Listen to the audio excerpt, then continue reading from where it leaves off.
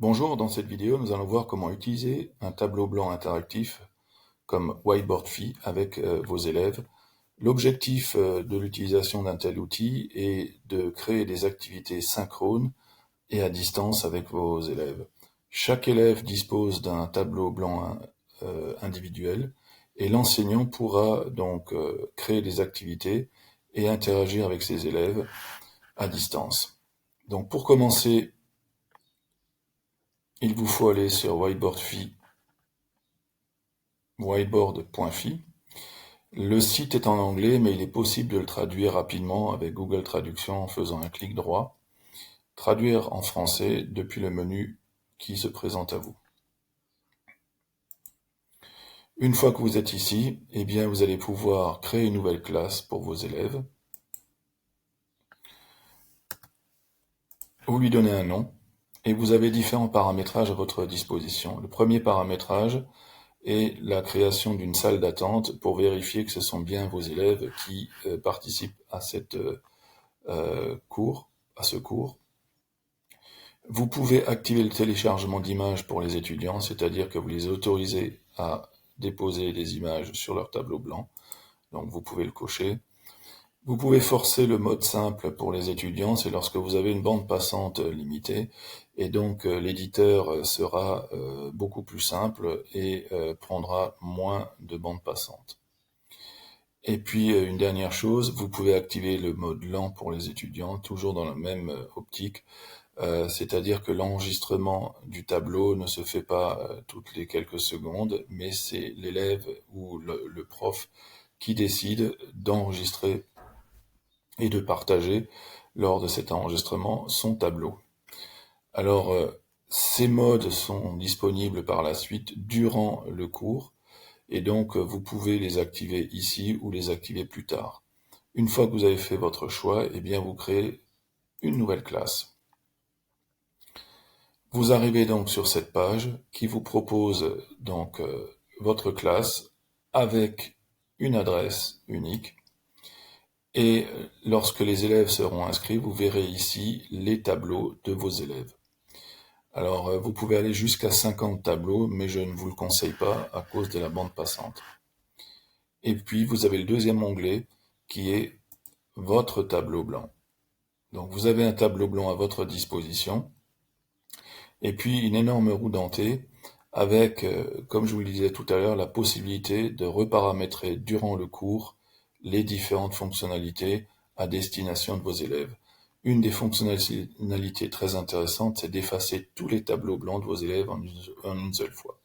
Et puis c'est aussi ici que vous allez fermer la salle de classe. Une fois que la salle de classe est fermée, les données sont supprimées au bout de 2 heures. Donc, vous avez un tableau blanc avec des outils. Et en dessous du tableau blanc, vous avez des fonctionnalités correspondant aux outils. Et vous pouvez aussi, une fois ici, activer le mode simple pour l'enseignant. Donc je vais le faire. Cela me ramène de nouveau à cette page d'accueil. Et j'ai maintenant un tableau blanc qui est plus simple, avec donc un outil de crayon. Je vais pouvoir choisir la couleur. L'enseignant va pouvoir effectuer des calculs, donner des exercices, et ensuite l'enregistrer de manière à ce que les élèves puissent le voir. Et la seule action possible, c'est de pousser le tableau blanc vers les élèves et de l'imposer aux élèves. Je peux nettoyer le tableau depuis ici en une seule fois.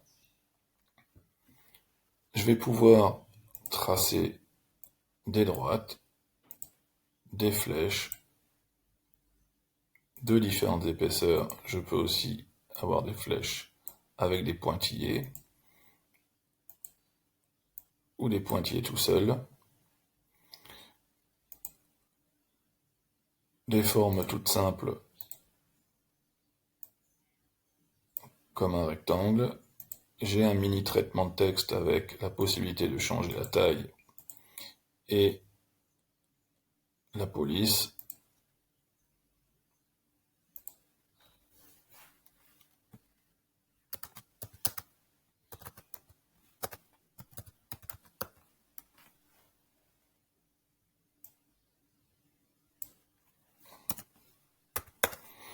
Voilà, donc là nous avons vu à peu près les fonctionnalités de base.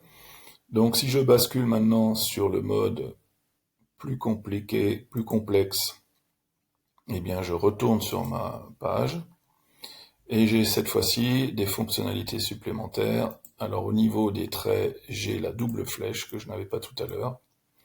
Toujours la même chose, cette fois-ci pour changer la couleur, eh bien c'est sous le tableau.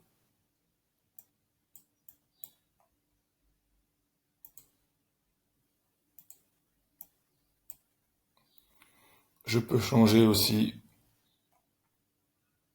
dessiner des formes. Chaque forme peut être déplacée.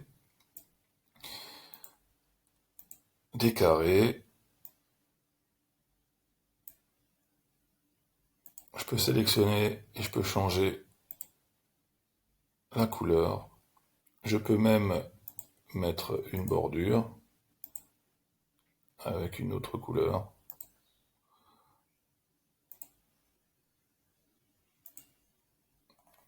Je peux déplacer les objets les uns sur les autres. Je peux l'envoyer en arrière, etc. Je peux agrandir la forme.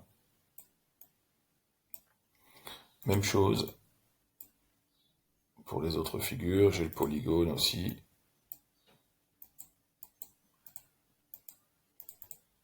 Voilà. Je peux donc nettoyer la page complète.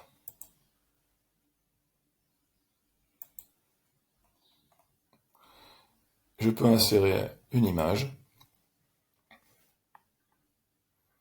Donc c'est pratique ceci pour préparer les exercices à l'avance. Donc ici j'ai donc un exercice de conjugaison que je vais faire et que je voudrais que les élèves effectuent. Donc je clique sur enregistrer le tableau blanc. À partir de ce moment-là, il sera visible par les élèves. Il me faut basculer dans ma classe, récupérer le lien unique, créer pour ce tutoriel un élève fictif. Donc voilà, donc l'élève va être directement avec cette adresse. Je peux de nouveau traduire la page si c'est nécessaire. Donc je vais l'appeler Toto, ce qui veut dire en swahili l'enfant. Il va rejoindre le cours. Il se retrouve donc lui aussi avec la page un tableau blanc. Et puis, il a ce gros bouton là, basculer le tableau blanc de l'enseignant, ce qui veut dire qu'en fait, il va afficher le tableau de l'enseignant. Donc, il a l'affichage de l'enseignant et il a son tableau à lui pour faire les réponses. Donc, eh bien, il va répondre. Alors, il peut répondre à main levée ou il peut répondre par le texte.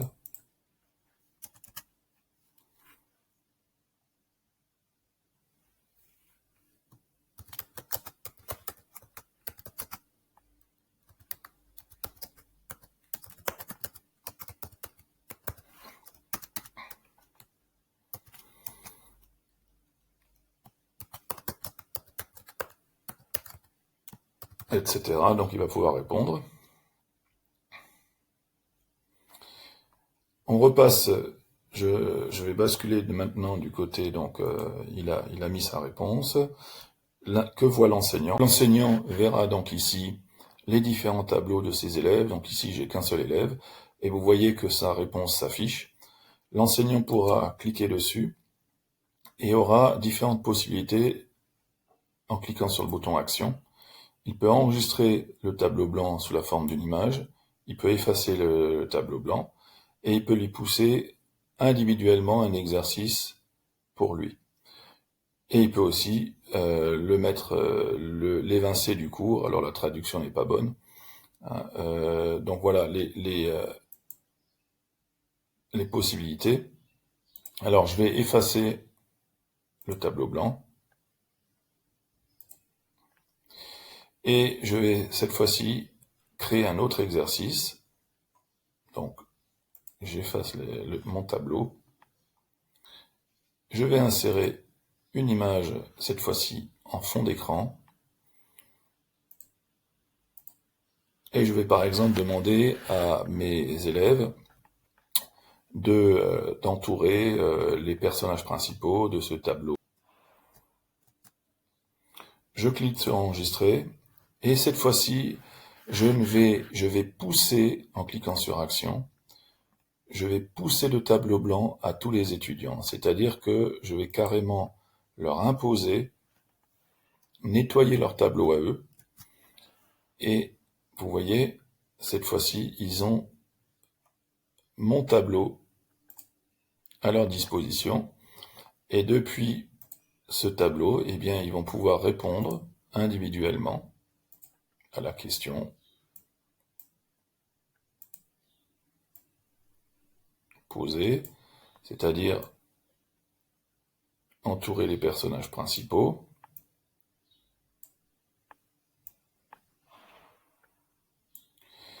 Donc chaque élève va répondre à la question. Les élèves disposent aussi d'une roue dentée, beaucoup plus simple, où ils peuvent basculer en usage simple de l'éditeur, c'est-à-dire, voilà, l'éditeur sera beaucoup plus simple, d'accord? Ils peuvent aussi enregistrer le travail qu'ils ont effectué et ils peuvent quitter le cours. Donc, je retourne du côté de l'enseignant. Eh bien, vous voyez, l'enseignant dispose donc de la réponse des élèves. Alors, vous allez avoir différents tableaux avec les différentes réponses. Il me sera possible donc d'enregistrer le tableau sous la forme d'une image. Alors, l'image s'ouvre dans un onglet. Je fais un clic droit, enregistrer l'image sous. J'ai le nom de l'image et je l'enregistre sur mon ordinateur. Donc, il est possible ainsi de faire travailler les élèves individuellement aussi, puisque je peux pousser individuellement un travail, pousser le tableau blanc de l'enseignant vers l'élève. Nous venons donc de voir rapidement les fonctionnalités du tableau blanc interactif WhiteboardFi qui va vous permettre donc d'interagir et de faire travailler les élèves individuellement sur un tableau à distance.